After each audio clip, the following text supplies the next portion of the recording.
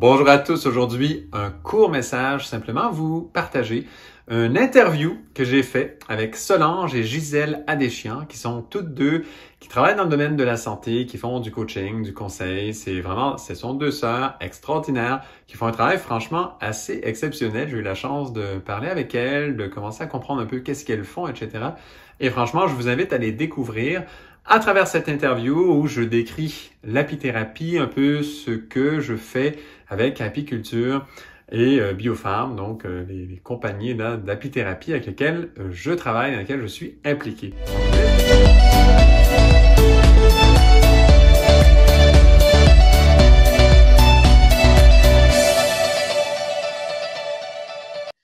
Bonjour à tous, bienvenue sur notre chaîne de Ilera Wellness. Mon nom c'est Solange Adéchian, docteur en nutrition, naturopathe, biologiste et coach en yoga, méditation.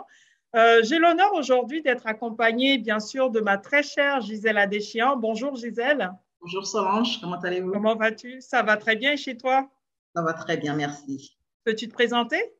Tout à fait. Donc, je suis Gisèle Adéchian, chef en alimentation crue vivante et saine, mais aussi coach en bien-être santé. Et je suis ravie d'être ici avec vous. Bien sûr, merci Gisèle. Aujourd'hui, nous avons un invité spécial que nous remercions d'avance qui va se présenter aussi. Et vraiment, ça nous fait plaisir déjà et on vous remercie d'avance d'avoir accepté cette invitation. Bonjour Yann, pouvez-vous vous présenter s'il vous plaît? Oui, bien sûr. Premièrement, merci de l'invitation. C'est super apprécié. Je pense que votre travail est extraordinaire. Et pour me présenter moi-même, mon nom, c'est Yann Loranger. Je suis entrepreneur. J'ai créé deux entreprises qui développent vraiment les produits de la ruche pour la santé, les produits des abeilles pour la santé. Puis c'est vraiment tous les produits. Une première qui travaille avec des produits internationaux qui viennent d'un petit peu partout. Puis vraiment, c'est une quête de qualité là, qu'on va chercher là-dedans, qui s'appelle Happyculture Inc. L'autre, c'est Biofarm Inc. Où vraiment, nous, dans Biofarm, ce que l'on fait, c'est qu'on va aller créer des produits. Ça veut dire la façon de préserver, la façon d'emballer, la façon de faire tout ça dans le côté plus local, là, où est-ce que moi, je me trouve au Québec, au Canada. Voilà, donc c'est deux entreprises différentes, mais qui travaillent dans le même sens. J'ai aussi cofondé l'Association canadienne d'apithérapie, de laquelle je suis président. Donc, je suis extrêmement impliqué dans tout ce qui est apithérapie depuis très longtemps. On a des connexions avec beaucoup, en tout cas pas tous, mais beaucoup de médecins en apithérapie un peu à travers le monde, à travers tout le réseau des associations d'apithérapie dans le monde. Wow, parfait. C'est une très belle introduction là, Yann. Mais alors, on entend beaucoup parler d'apithérapie. Vous êtes entrepreneur, vous êtes pionnier en apithérapie même et cofondateur de l'Association canadienne d'apithérapie. Mais qu'est-ce que c'est l'apithérapie pour ceux qui nous suivent? Ah oui, l'apithérapie, donc, c'est l'utilisation des produits de la ruche des abeilles. Puis quand on dit les produits de la ruche des abeilles, là, c'est vraiment tous les produits qui découlent de la ruche. Que ce soit, les plus connus vont être le miel, évidemment. Tout le monde connaît le miel, on peut l'utiliser pour la santé. Donc, c'est l'utilisation pour la santé de tous ces produits. Donc, on a le miel. Il y a aussi le pollen. Pour ceux qui connaissent le pollen, les abeilles récoltent également le pollen, pas que le nectar. Avec le nectar, ils font le miel. Avec le pollen, elles vont le fermenter légèrement et vont le nourrir pour les bébés, les larves des abeilles et tout. C'est une nourriture précieuse pour elles. Donc, ils récoltent deux choses dans les fleurs. Souvent, on ne sait pas nécessairement ça. Donc, il y a ces deux sources, on va dire, nutritives, premièrement. Mais il y a aussi d'autres produits, comme la propolis, par exemple, qui est une résine qui n'est rien d'autre que le système immunitaire, déjà, premièrement, dans un premier temps, des plantes, mais aussi des abeilles. En fait, c'est une résine qu'il y a sur les arbres la plus connue globalement, mondialement. Ça va être les peupliers, qui ont beaucoup de résine là, très collante. Pour ceux qui ont des peupliers chez eux, souvent les bourgeons, là, c'est très collant, ça tombe au printemps. Puis là, on peut marcher dedans, des fois, et c'est collant, c'est arrivé à plusieurs. Bon, ils récoltent ça, elles le modifient légèrement et c'est ce qui va devenir la propolis. Et c'est ce qui crée en fait vraiment le système immunitaire de la ruche. Il est vraiment basé sur ce propolis, ce qui est extrêmement important. On peut en récolter, on peut l'utiliser aussi après en médecine humaine et vétérinaire. Il y a ensuite d'autres produits dans l'apithérapie. Il y a la gelée royale qui est connue un tout petit peu. Elle est plus difficile d'utilisation parce que premièrement, elle est compliquée à produire. Donc, elle va être très coûteuse et c'est le produit, attention à tout le monde, c'est celui qui a le plus de contrefaçon. On sait qu'il y a beaucoup de contrefaçon pour le miel déjà, mondialement.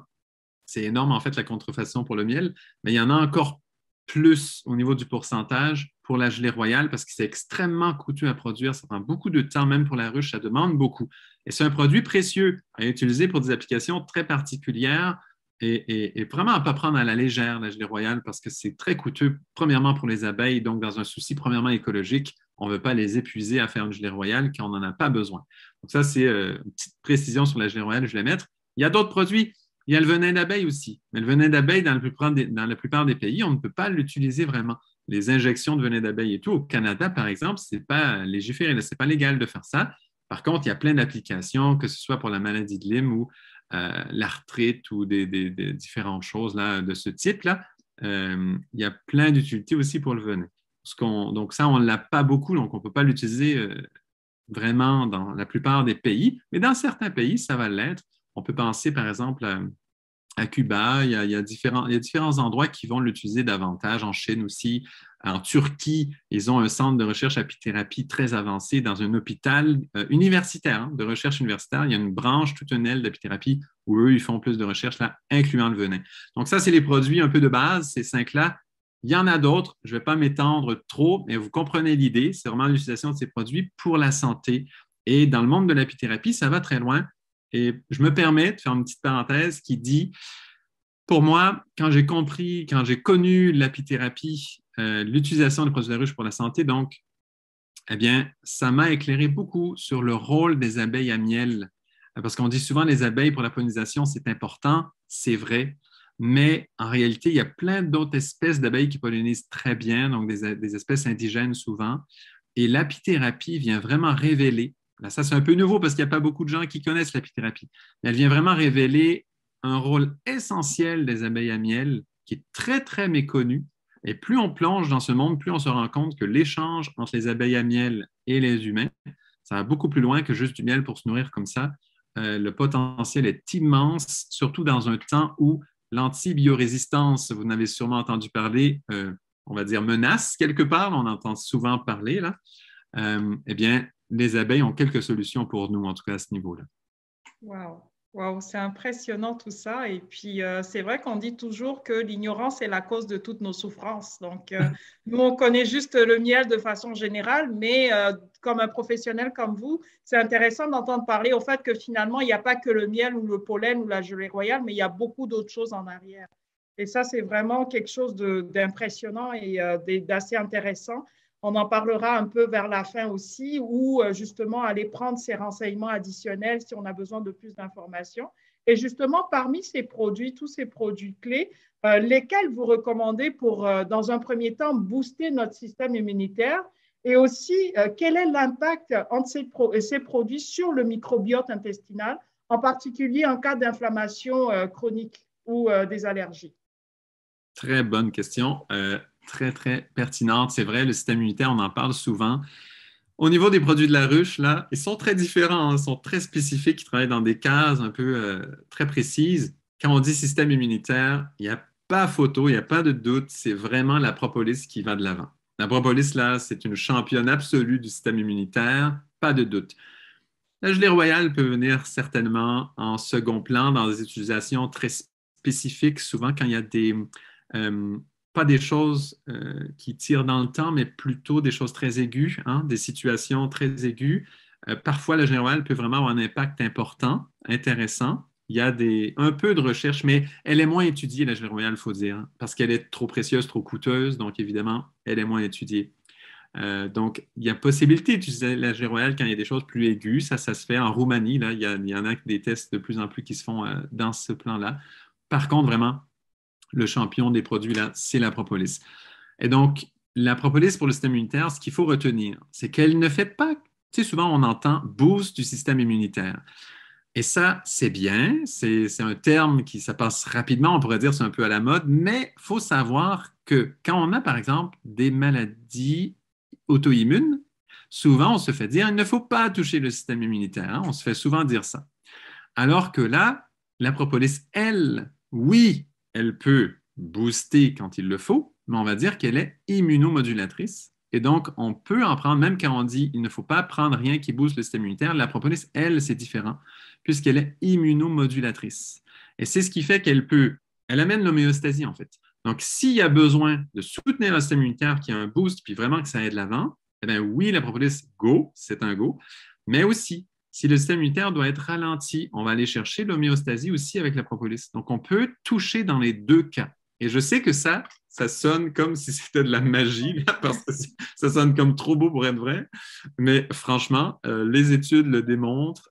C'est assez impressionnant, en fait, à quel point la propolis, dans beaucoup, beaucoup de systèmes, va amener l'homéostasie. Et ça, les études ne font que se multiplier sur la propolis. L'intérêt est grandissant réellement. C'est très impressionnant. Et donc, dans plusieurs systèmes, que ce soit pour la protection organoprotectrice, hein, protéger le foie, le système cardiaque, le système nerveux même, pour la diabète. Maintenant, il y a une grande étude qui se fait sur le diabète avec la propolis. Mais ça, c'est des choses qu'on n'avait pas avant. C'est en train de sortir maintenant. Et ce qu'il faut retenir, c'est que ça va toujours amener l'homéostasie. Et donc, s'il faut booster, ça booste. S'il faut calmer, ça calme. Et franchement, les systèmes précis derrière, évidemment, là, on ne peut pas les décrire en 2 minutes. Il faut aller dans nos formations là, pour aller dans ça. Mais voilà, ça, c'est l'idée à retenir. Quand on parle après d'inflammation chronique, si c'est dans le système gastro-intestinal, le système digestif, dans ce cas-là, on va avoir 2 produits. Il y a bien sûr la propolis qui aide, et c'est vraiment maintenant, il y a des études toutes récentes là, qui démontrent vraiment que la prise de, par exemple, propolis et pollen frais congelé ensemble, propolis, c'est donc pollen aussi, c'est 2 produits différents. Donc, quand on prend les 2 ensemble, et même séparément aussi, ils ont un effet, mais ensemble, ils sont encore meilleurs, eh bien, on va être capable de régénérer l'intérieur des parois intestinales, et donc l'absorption va être bien meilleure, et évidemment que l'inflammation va aussi se réduire. Et donc, on a 2 produits dans ce cas-là maintenant. Pendant longtemps, on croyait en apithérapie, on disait toujours c'est le pollen frais congelé pour le côté inflammation intestinale. Mais maintenant, on le sait, la propolis joue son rôle. La propolis, c'est un grand anti-inflammatoire en général. On a de l'inflammation dans le système entier, n'importe où. Hein? L'inflammation qu'on veut réduire, la propolis, oui, on y va avec ça, c'est toujours bon. Si on est spécifique dans le système digestif, on va ajouter le pollen frais congelé. Pollen frais congelé, pourquoi je dis frais congelé? C'est important qu'il soit frais congelé parce que c'est là qu'il garde tout le côté, justement, pour la microbiote. Tout cet aspect-là, il faut qu'il soit frais congelé. S'il est déshydraté, là, il n'amène pratiquement rien à ce niveau. Il va garder des protéines, il va garder des minéraux, mais il n'amènera pas l'aide et le soutien au niveau du système digestif, au niveau de la microbiote. C'est vraiment clé, frais congelé. C'est important. Nous, on a développé même un procédé pour le préserver frais congelé dans le meilleur état possible. On a travaillé là-dessus. Nous, on fait de la recherche dans nos entreprises que je nommais là. Donc, on a vraiment développé ça. Donc, pour une qualité exceptionnelle, ben, nous, on est vraiment là. Justement, pour cet effet, c'est un grand problème en inflammation au niveau digestif. Là, c'est énorme. Il y a beaucoup, beaucoup de gens atteints. Il y en a même plein qui n'en ont et qui ne le savent pas. Donc, c'est quelque chose d'énorme. Donc, ça, c'est important. Vraiment, les 2 à ce niveau-là. Au niveau des allergies, qui est encore un autre qui a été mentionné, là, un autre côté, eh bien là, il y a 2 choses différentes. Il y a les allergies au pollen, hein, les allergies saisonnières, les allergies au pollen. Dans ce cas-là, et ça, les études précises pour le démontrer manquent un tout petit peu, mais la consommation de petites quantités de pollen, il y a beaucoup, beaucoup de gens qui l'ont essayé. Moi, j'ai travaillé comme ça avec beaucoup de personnes. On parle de plusieurs dizaines de personnes. Peut-être pas des centaines, là, mais on s'approche de ça quand même. Et vraiment, l'efficacité est assez impressionnante. Il faut prendre des toutes petites quantités et il faut tester. Il faut toujours tester et savoir que le pollen, eh bien, chaque petite couleur ou nuance de couleur qu'on a dans un pot de pollen vient d'une plante différente. Et donc, non seulement il faut tester avec un grain, mais il faut tester chaque fois que c'est une fleur différente. Parce qu'imaginez qu'on est spécialement allergique à une fleur particulière ou un grain de pollen qui est sorti dans la saison où la fleur à laquelle nous sommes allergiques était là, comme ça, en floraison. Eh bien, c'est très, très possible que même si ce sont des pollens volatiles, hein, eh bien, qui ont été collés sur cette pelote de pollen-là. Et donc, il faut faire attention quand on travaille avec ça. On teste à chaque fois. Donc, on a un pot de pollen. De toute façon, ça dure extrêmement longtemps. Un tout petit pot suffit. Et là, on prend, moi-même, pour les gens qui sont très allergiques, je dis, les petits grains de pollen, hein, qui sont tout petits, hein, je dis, essayez un demi-grain pour commencer. Et au début, on le met où? On le met entre les gencives et la langue, en bas. On attend quelques petites minutes et on vérifie. Est-ce que c'est tout rouge et inflammé? Ça veut dire que notre allergie est très élevée. on est mieux de ne pas utiliser ce pollen-là pour vraiment se désensibiliser. Mais sinon, on peut prendre 1 grain par jour, on se désensibilise. Quand on sent un petit picotement sur la langue ou les lèvres, ça veut dire que c'est notre dose maximale. Surtout, n'en prenez pas plus. Hein. Et donc, 1 grain. Et tranquillement, avec le temps, on peut augmenter la dose. Moi, la moyenne de ce que j'ai vu, ça, c'est de l'expérience. Hein. C'est juste avec le temps. Il y en a que ça va plus vite, d'autres moins vite. Mais réduction des symptômes allergiques saisonniers d'environ 50% la première année, 75% la deuxième. Et après 3 ans, il reste presque rien. Ça, c'est la moyenne. Pour certains, en 6 mois, c'est terminé. Il y a différents cas. Mais vraiment, il faut être régulier. Par contre, il faut le prendre chaque jour. Oui. Ceux qui ne le prennent pas chaque jour, évidemment, les effets vont être beaucoup moindres. Mais cette désensibilisation, franchement efficace. Ça, c'est des allergies du pollen. Ça, c'est vrai. Effectivement, je confirme parce que j'ai suivi aussi un client là-dessus qui était un enfant justement qui était allergique au pollen. Et effectivement, dans le milieu médical, on utilise ça aussi. Ils appellent ça la désensibilisation justement au pollen. Généralement, c'est sur des périodes, il y a beaucoup d'études scientifiques aussi aux États-Unis qui ont montré, c'est sur des périodes de 5 ans pendant la période de crise, pendant la période de contact avec le pollen. Donc, en gros, au Québec, généralement, si on prend le pollen de bouleau, ça va durer à peu près 1-2 mois. Donc, la personne va prendre, en fait, ce petit grain, justement, qui est de l'ordre à peu près d'une concentration en dessous de 1%, quand même, qui est sous forme de pastille, qu'ils mettent en sublingual. Donc, en dessous de la langue, et puis ça va être tous les jours pendant la période, pendant 2-3 mois, et après, on reprend l'année prochaine jusqu'à pendant 5 ans. Effectivement, il y a beaucoup d'études qui ont montré que ça diminuait la sensibilité justement au pollen, et puis ça réduisait ses allergies. Et aussi, ce qui est un peu complexe aussi là-dessus, parce que j'ai beaucoup travaillé, étudié là-dessus sur les allergies au pollen, c'est quand c'est un pollen, ça va. Quand c'est 2 pollens, ça va. Mais quand c'est tous les pollens, c'est là que c'est complexe. On n'a pas encore une petite pastille miracle qui combine tous les pollens ensemble pour pouvoir aider à la désensibilisation. Et ça, c'est vraiment quelque chose de formidable. Et c'est là que, malheureusement, dans le système médical, les injections et tout ça embarquent. Et c'est vrai que peut-être aller tester, comme vous dites, plusieurs types de pollen pour voir éventuellement comment se désensibiliser petit à petit. De notre expérience, même si on n'a pas le pollen exact auquel on est allergique, ça fonctionne quand même. Ça, il faut quand même le savoir parce qu'il y en a aussi dans l'air qui finit par se retrouver dessus ou je ne sais pas exactement le détail du fonctionnement, mais franchement, ça, c'est l'expérience, ce n'est pas les études. Ça va quand même fonctionner. Si on a super, pollen. Ça, c'est une bonne information. Merci.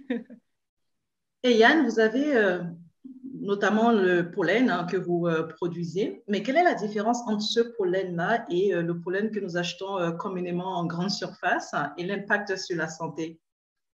Oui, alors, donc, comme je disais, la plus grande différence qu'on va trouver en grande surface, ça va être du pollen en général déshydraté. Beaucoup plus facile pour la manutention. Il faut quand même que les apiculteurs prennent le temps de le déshydrater, mais c'est tellement plus facile à gérer après que c'est ce que l'on trouve en général. Comme je disais, lorsqu'il est déshydraté, il perd plusieurs vitamines et il perd surtout tout le côté pour la microbiote intestinale, ce qui est extrêmement important. Mais non seulement ça, il perd aussi son bon goût. Parce qu'en fait, si vous êtes habitué au pollen séché, qui est quand même, ça va, on va réussir à aimer ça, mais ce n'est pas si évident à aimer. Hein. Honnêtement, au niveau du goût, on peut aimer, mais c'est quand même assez fort. Souvent, les pollens vont être un peu durs. Quand on prend du pollen frais congelé, ça fond dans la bouche. Et c'est comme ça dans la nature. Hein. Quand on le prend frais, c'est frais congelé. C'est comme quand il est frais congelé. Il ne subit aucune dégradation par la congélation. Il n'y a pas assez d'eau dedans pour qu'il se dégrade par la congélation. Donc, vraiment, il est préservé super bien quand il est comme ça. Et donc, ça fond dans la bouche. On a le vrai goût de la plante, le vrai goût de son pollen. Déjà, l'expérience gustative est 1000 fois meilleure. Franchement, c'est incomparable. Et on a plus de propriétés. Et donc, nous, ce qu'on vend, c'est uniquement du frais congelé. L'autre, on ne veut rien savoir parce que dans toutes les études d'aide au niveau santé intestinale, mais aussi santé, par exemple, pour la dégénération maculaire, là, pour la vision, pour toutes sortes de choses, il y a vraiment, ça aide beaucoup plus parce qu'il y a plus de vitamines. Là, c'est une question de vitamines qui va jouer après pour les autres aides, les autres apports. Donc, ça, c'est un côté. Déjà, le fait qu'il est frais congelé, puis donc beaucoup plus nutritif et aussi meilleur au goût. Mais encore, ce qui s'en vient, là, et ça va sortir incessamment sous peu, on attend les résultats d'études, bien, on fait aussi du pollen des monofloraux. du Québec. Donc, des monofloraux locales au Québec, là, évidemment, dépendamment où on se trouve. Ça, c'est quelque chose qui a été commencé, par exemple, en France, ça existe déjà. Nous, au Québec, on ne l'a pas encore fait. On est en train de faire en ce moment même les études sur la valeur nutritive spécifique de chaque pollen monofloraux qui est récoltable au Québec. Et ça sort incessamment sous peu. On travaille avec l'Université Bishop pour ça, là, de Sherbrooke. Et donc, on a les résultats qui s'en viennent et c'est vraiment excitant. Donc, déjà, on va pouvoir après cibler. On va dire, moi, j'ai tel problème, moi, j'ai tel. C'est pour ça qu'on ferait vraiment des formations pour les professionnels de la santé. Parce qu'on a des produits qui sont très spécifiques. Avec les pollens monofloraux, on n'est pas juste dans le pollen en général. On va aller dire, OK, moi, j'ai dégénérescence maculaire, OK, c'est tel pollen. Moi, j'ai, je ne sais pas moi, un problème de la prostate, OK, c'est tel pollen qui va être plus efficace. J'ai différentes choses. On va pouvoir cibler beaucoup plus clairement. Et donc, effectivement, il y a eu certaines études pour certaines indications spécifiques. J'ai parlé prostate, dégénérescence maculaire. On a évidemment santé intestinale. Il y a plein d'applications particulières pour la santé. Évidemment, ça prend une formation plus complète que maintenant pour aller dans les détails de ça. Mais sinon, pour le pollen, il faut quand même garder en tête que c'est d'abord et avant tout une source nutritive exceptionnelle. Moi, j'ai un ami du Portugal qui a fait 6 mois à manger que du pollen frais congelé. Parce qu'on le sait sur papier qu'on manque de rien quand on mange du pollen. Tout est là s'il est frais congelé. Et donc, on le sait sur papier, mais personne ne l'avait jamais vraiment testé. Lui, il a fait 6 mois avec ça, avec des tests sanguins avant, après, et tous ses résultats s'amélioraient, en fait.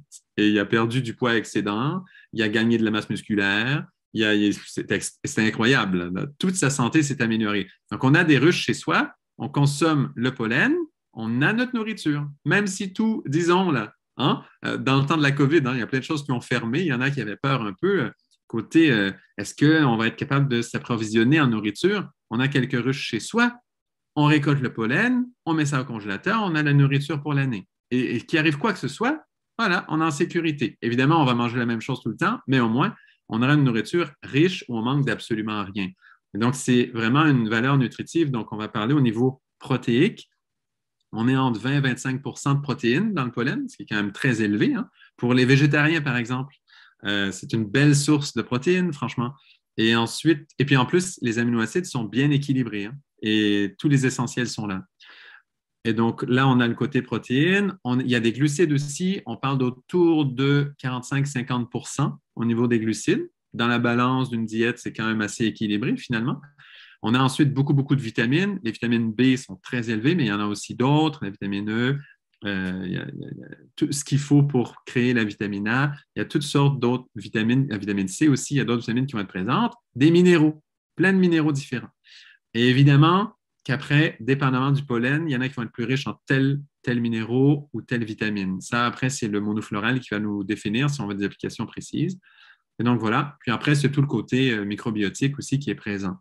Donc, il y a quelques lipides aussi, on a 8 pour avoir un peu en tête. Et donc, c'est une nourriture vraiment complète. C'est exceptionnel, en fait, hein, au niveau nutritif. Moi, personnellement, la plupart du temps, mon déjeuner, c'est du pollen frais congelé, c'est tout. Pollen frais congelé, parfois en smoothie, avec quelques fruits juste pour agrémenter, mais franchement, et quand il est frais congelé, il est bon. Hein, parce qu'on aurait difficulté à le prendre comme ça sec. Mais frais congelé, c'est extraordinaire. Ça se mélange encore beaucoup mieux quand on fait toutes sortes de choses. Ce qu'il faut, c'est ne jamais le chauffer. Si on se fait des recettes avec, il ne faut pas le chauffer, sinon on perd le côté probiotique et prébiotique. Donc, il ne faut pas le chauffer. Ça, c'est la seule chose à observer. Wow, c'est impressionnant tout ça, c'est quand même assez enrichissant. Et ça me mène justement à ma prochaine question, si on revient au propolis. Donc le propolis, justement, je voulais savoir, parce que dans le commerce, on trouve 2 sortes de propolis, si je peux dire ça comme ça. Il y a comme un propolis qui a un aspect noir, brun, foncé, qui est comme vraiment collant, qui est extrêmement collant, je dirais qu'on est comme limite, on fait des teintures avec en naturopathie. Mais aussi, on a une deuxième sorte de propolis qui est vraiment granuleux et ça qui est un peu plus facile à mâcher. Savez-vous c'est quoi exactement? Pourquoi on a ces 2 sortes de propolis? Quelle belle question. Oui, c'est tout un domaine, la propolis. Là, c'est énorme parce qu'au niveau vraiment thérapeutique, c'est le champion. Donc, expliquer la propolis, c'est beaucoup plus long qu'expliquer le pollen. Donc, je ne pourrais pas amener autant au niveau complétion du sujet. Bon, dans l'exemple là, qui vient d'être mentionné, En fait, il s'agit d'une propolis quand elle est plus facile à mâcher. Quand on parle d'une propolis à mâcher, quand elle est plus facile, c'est qu'il y a encore la cire dedans. C'est très simple. La propolis comme telle, il y a la cire dedans. Quand on parle de propolis, il y a la cire à l'intérieur. Et donc, c'est une propolis qui n'a pas été encore, on va dire, épurée d'une certaine façon. Mais attention, parce que dans les processus où on enlève la cire, parfois, on va endommager un peu l'efficacité de la propolis. On va la dénaturer un tout petit peu. Donc, quand la cire est encore dedans, elle est plus facile à mâcher en général. Mais après, il y a aussi des contrefaçons possibles. Mais disons qu'en général, ça va être une propolis qui n'a pas été transformée, en fait.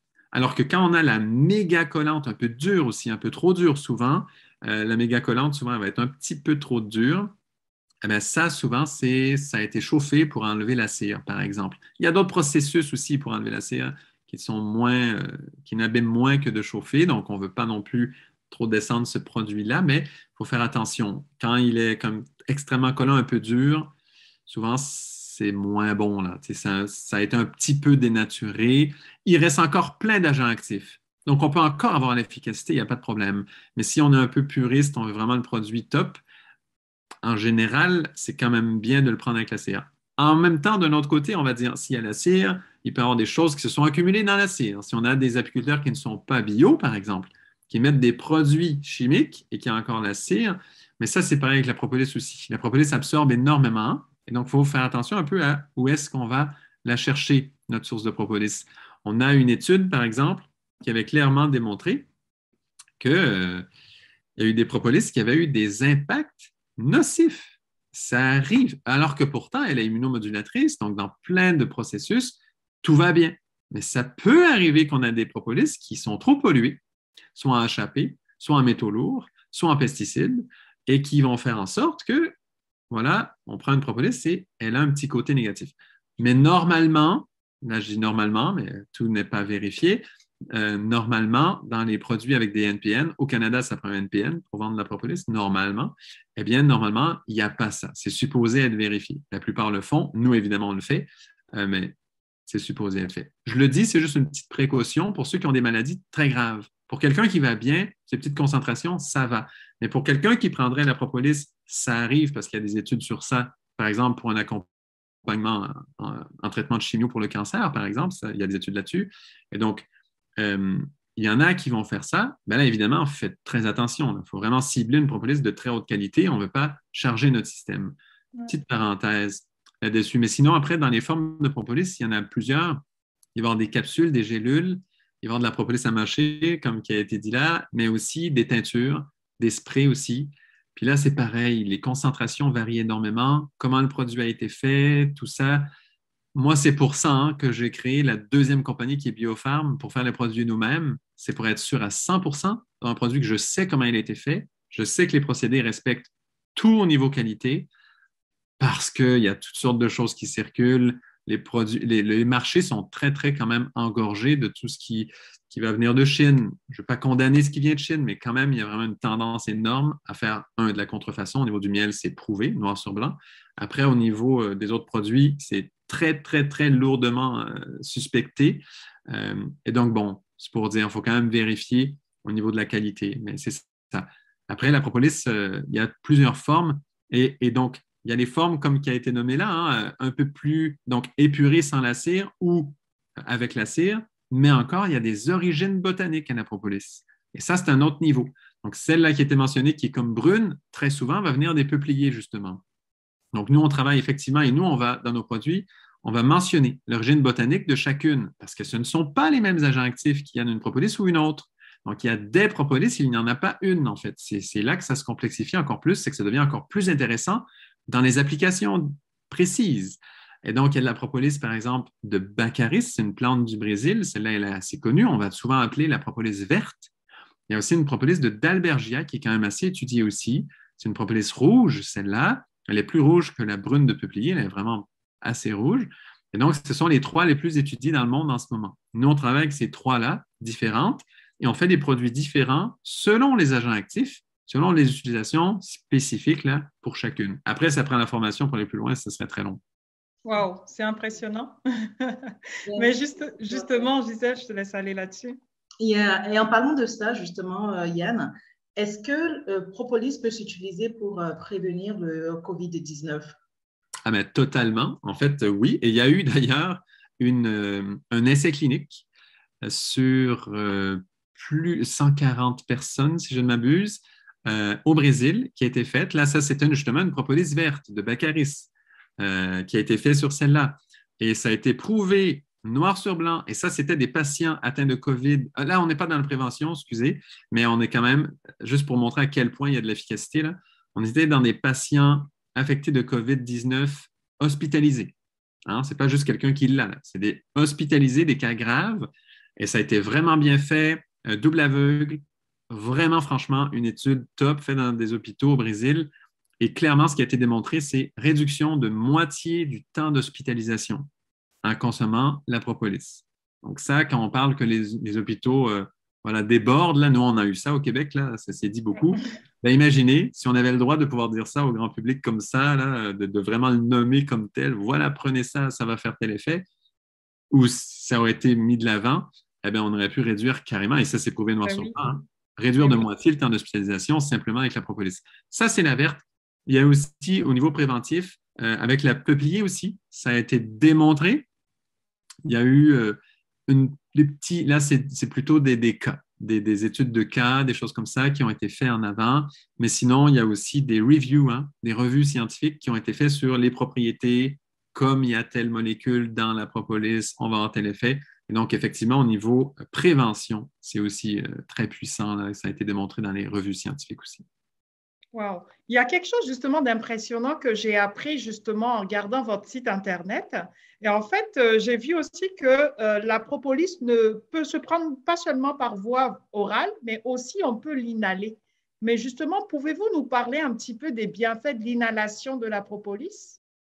Oui, là, ben, c'est très impressionnant en fait cette affaire. Moi, je travaille avec, ça s'appelle les propolaires, hein. C'est des petits appareils. Ça a été fait en Italie. Hein. C'est vraiment un appareil qui a été breveté en Italie. C'est unique, hein. C'est unique au monde. Moi, dès que j'ai trouvé ça, j'ai commencé à travailler avec. On a eu d'excellents résultats.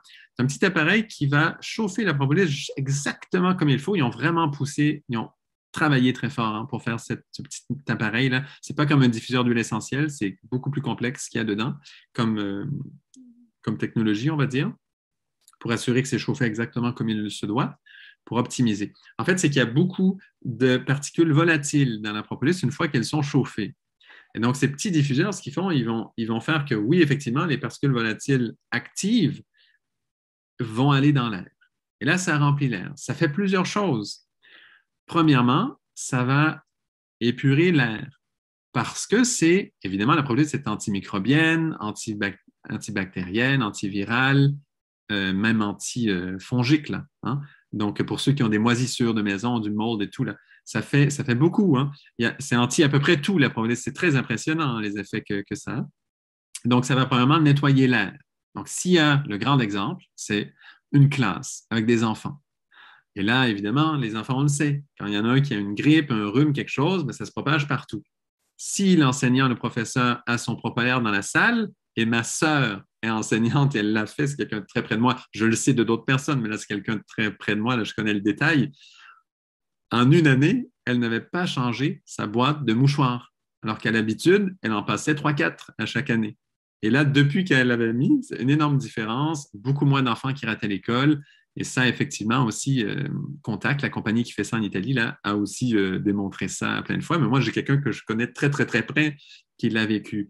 Et donc, premièrement, ça réduit, du coup, la propagation des grippes, des rhumes, de tout ça, puisque ça purifie l'air. Donc, oui, on en amène des virus, des bactéries, tout ça dans l'air qu'on respire et tout, surtout quand on est dans des endroits où il y a beaucoup de gens. Avec la COVID, on est familier maintenant avec ça beaucoup.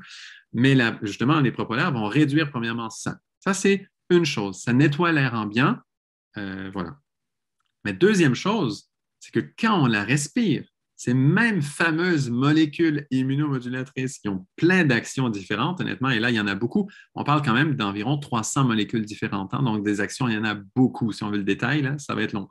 Et donc, on les respire, en fait. Et là, elles ont un effet anti-inflammatoire. Elles ont un effet, toutes sortes d'effets, en fait, de la propolis qui vont aller agir sur le système respiratoire. Là, c'est vraiment impressionnant.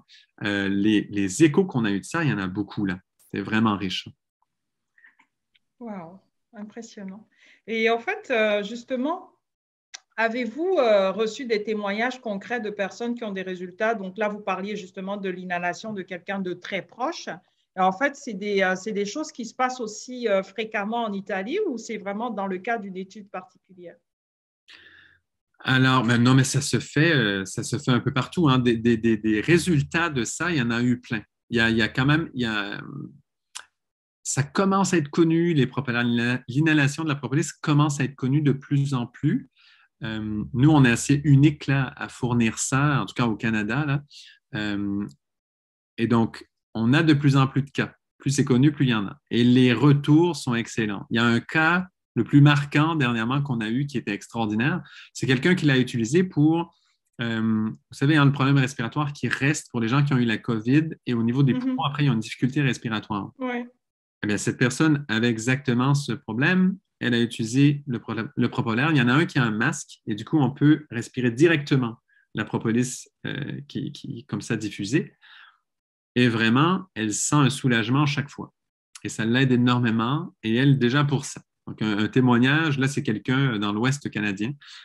Super beau témoignage que je ne connais pas, qui arrive comme ça, super beau. Mais ça, c'en est un qui était marquant, parce que c'était dans un moment de panique au niveau de la COVID, là, donc c'était très marquant, mais il y en a plein d'autres. Moi, mon premier super beau témoignage avec ça, c'était une enfant qui avait des bronchites à répétition depuis très, très jeune âge, depuis enfant. Là. Et là, à ce moment-là, elle avait, je crois, 3 ans, je ne sais plus exactement, mais très jeune. Elle a utilisé les propolaires. Et d'ailleurs, hein, l'hôpital ne savait plus quoi faire avec. Honnêtement, elle a essayé plein de trucs, elle ne savait plus quoi faire avec. Elle a essayé les propolaires. En 3 semaines, son cas était fermé. Son dossier était clos. Extraordinaire. Ça fait tellement du bien à entendre. Là, on était tout heureux. Mais des cas comme ça, il y en a quand même beaucoup. En général, si un problème respiratoire, je dirais pas tous les problèmes respiratoires, mais même l'asthme, ça va aider. Hein. Ça aide pour beaucoup, beaucoup de choses. C'est très rare un problème respiratoire où le propolaire n'aura pas d'effet grâce à la richesse des molécules, en fait, qui sont diffusées. Et c'est super intéressant, le détail des molécules qui sont diffusées à différents moments, parce qu'une capsule va durer 122 heures. Et donc, à travers ces 122 heures, eh bien, il y a des molécules qui vont être relâchées au début du cycle, d'autres plus au milieu, d'autres plus à la fin. Et tout ça a été étudié, montré, démontré. Il y a les graphiques de ça, c'est super bien fait. C'est franchement impressionnant le travail qu'ils ont fait avec ça. Oh, ça me rappelle un petit peu, c'est vraiment 2 choses séparées, mais en naturopathie, on utilise aussi le bol d'air de Jacquier, qui est aussi, en fait, ouvrir la capacité respiratoire justement pour s'oxygéner de façon optimale et notamment en cas de stress ou en cas de maladie respiratoire. Et ça me rappelle un petit peu cet appareil-là, le propolaire, en fait. Oui. Excellent. Wow, c'est très intéressant, Yann. Et tout ceci, ça donne envie de savoir un peu plus, hein, de vous contacter. Et justement, moi, j'ai envie de savoir comment vous contacter, avoir accès à tous ces beaux produits dont vous nous avez parlé aujourd'hui. Ben, moi aussi. Comment on fait pour vous contacter? Alors, il y a plusieurs moyens. Bon, premièrement, le site web, c'est happycultureinc.com. Donc, happy comme joyeux, cultureinc.com. Ensuite, on a une adresse courriel, bien sûr, c'est info@happycultureinc.com. Et puis, même par téléphone, c'est possible. Il y a Isabelle qui fait un service à la clientèle vraiment impressionnant. On est quand même encore une entreprise qui n'est pas si grande. On arrive à se le permettre de faire un suivi clientèle impressionnant. Et je suis très sincère là-dessus. Si vous osez appeler, sachez que vous aurez un service assez hors pair et je ne le dis pas à travers mon chapeau, c'est très réel. Donc, le numéro est le 514-915-2890. Et franchement, là, vous aurez un super service. C'est Isabelle Rabat qui vous répondra. Est-ce que justement vous livrez vos produits, parce que nous, on a une clientèle un petit peu internationale, donc là, vous êtes basé au Québec. Si par exemple, bon, moi, c'est sûr que je vais commander votre pollen frais, ça va être beaucoup plus simple, mais pour quelqu'un qui est aux États-Unis, comme Gisèle, ou quelqu'un qui est en France, justement, qui nous regarde, est-ce que vous avez la possibilité de pouvoir transférer, envoyer ces produits à distance? Alors, sur le site web, pour l'instant, ce qui est possible de faire, c'est commander Canada-États-Unis. Okay. Pour le reste du monde, si vous nous contactez, on le fait, c'est certain. Donc, soit par courriel, etc. On peut s'organiser. Il n'y a pas de problème, là, on peut envoyer partout. On n'a pas le site web pour le moment qui le permet d'envoyer partout, mais simplement contactez-nous. Et comme ça, en plus, vous pourrez avoir un petit conseil client. Là, si vous avez des choses particulières, on vous trouvera le pollen qui vous convient particulièrement. On trouvera différentes choses. On a encore pour l'instant le luxe, en fait, de suivre les gens très bien. Donc, voilà, vous profiterez de ça. C'est ça, exactement. Merci beaucoup, Yann. Je pense que c'était la dernière question. Très bel entretien, en tout cas. Merci beaucoup d'avoir participé. Et merci à vous, cher public, d'avoir été là pour nous regarder. Et n'hésitez pas à laisser vos questions en commentaire en dessous de cette vidéo pour Yann, si vous en avez. On pourra toujours faire un suivi avec ça. Et n'hésitez pas à liker cette vidéo si vous l'avez appréciée et à mettre en place vos notifications pour être au courant des prochaines vidéos. Donc, sur ce, merci beaucoup à tous et merci Yann, merci Solange. Merci, merci. Merci beaucoup, merci à vous. Prochaine vidéo.